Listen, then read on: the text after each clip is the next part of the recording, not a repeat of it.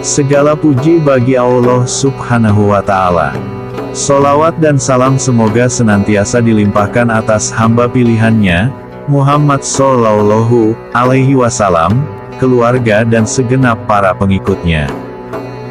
Syekh Al-Imam Al-Arif Abu Said Ahmad Ibn Isa Al-Baghdadi Al-Khoros, semoga Allah Subhanahu wa Ta'ala senantiasa mensucikan ruhnya dan menerangi pemakamannya, berkata, saya pernah bertanya kepada sebagian ulama, apa definisi benar as-sidq? Apa bentuknya? Apa tujuannya? Dan bagaimana cara mengaplikasikannya? Mereka menjawab, benar adalah salah satu pilar dari pokok-pokok ajaran agama. Namun sebelumnya, saya akan bertanya terlebih dahulu, apakah kamu butuh jawaban yang ringkas? Atau jawaban detail yang menerangkan tentang pokok-pokok ilmu berikut cabang-cabangnya? Saya mau jawaban yang ringkas, namun komprehensif agar bisa dipahami secara utuh untuk kelak dijadikan pegangan hidup, jawab saya. Semoga Allah Subhanahu wa Ta'ala senantiasa memberimu taufik, jawab beliau. Ketahuilah, setiap murid yang ingin meningkatkan kadar keimanannya dan bersungguh-sungguh ingin memperoleh jalan keselamatan, harus mengetahui dan melaksanakan 3 hal pokok yang berikut. Dengan mengamalkan ketiganya, maka keimanannya akan menjadi kokoh, hatinya akan menjadi teguh, dan perbuatannya akan menjadi istiqomah. Pokok pertama adalah ikhlas. Sebagaimana yang disebutkan dalam sebagian firman Allah Subhanahu wa Ta'ala di dalam Al-Quran, yang artinya berikut ini. Surah Az-Zumar ayat 2-3. Maka sembahlah Allah dengan penuh keikhlasan beragama kepadanya. Ketahuilah bahwa Allah Subhanahu wa Ta'ala hanya menerima pelaksanaan agama yang ikhlas. Surah Ghafir ayat 14.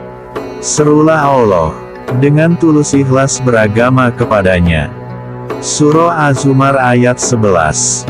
Katakanlah, hai Muhammad, sesungguhnya aku diperintahkan untuk menyembah Allah dengan tulus ikhlas beragama kepadanya. Surah Az-Zumar ayat 14. Katakanlah, aku menyembah Allah dengan tulus ikhlas beragama kepadanya. Surah Maryam ayat 51. Dan ingatlah Musa, yang disebut di dalam Alkitab. Sesungguhnya ia adalah seorang yang ikhlas, Rasul dan juga Nabi. Pokok kedua adalah benar. Sebagaimana yang disebutkan dalam sebagian firman Allah Subhanahu wa Ta'ala di dalam Al-Quran, yang artinya berikut ini. Surah At-Taubah ayat 119. Wahai orang-orang yang beriman, bertakwalah kepada Allah, dan berhimpunlah bersama dengan orang-orang yang benar. Surah Muhammad ayat 21. Jikalau mereka semua membenarkan Allah Subhanahu wa Ta'ala, tentunya hal itu akan lebih baik buat mereka. Surah Al-Ahzab ayat 23. Orang-orang yang berlaku benar terhadap apa-apa yang mereka janjikan kepada Allah Subhanahu wa Ta'ala. Surah Maryam ayat 54. Dan ingatlah Ismail, yang disebut di dalam Alkitab. Sesungguhnya dia adalah yang benar janjinya. Surah Al-Ahzab ayat 8. Supaya Allah Subhanahu wa Ta'ala bisa bertanya kepada orang-orang yang benar tentang kebenaran mereka. Surah Al-Ahzab ayat 35. Dan laki-laki yang benar, dan perempuan-perempuan yang benar. Pokok ketiga adalah sabar. Sebagaimana yang diungkapkan dalam sebagian firman Allah Subhanahu wa Ta'ala di dalam Al-Quran, yang artinya berikut ini. Surah Ali Imran ayat 200. Wahai orang-orang yang beriman, bersabarlah dan terus tingkatkanlah kewaspadaan. Surah An-Nahl ayat 126. Dan jikalau kalian semua berlaku sabar, tentunya hal itu adalah yang terbaik bagi orang-orang yang bersabar. Surah An-Nahl ayat 127. Bersabarlah, dan kamu tidak akan mampu bersabar, melainkan dengan pertolongan Allah Subhanahu wa Ta'ala. Surah At-Tur ayat 48.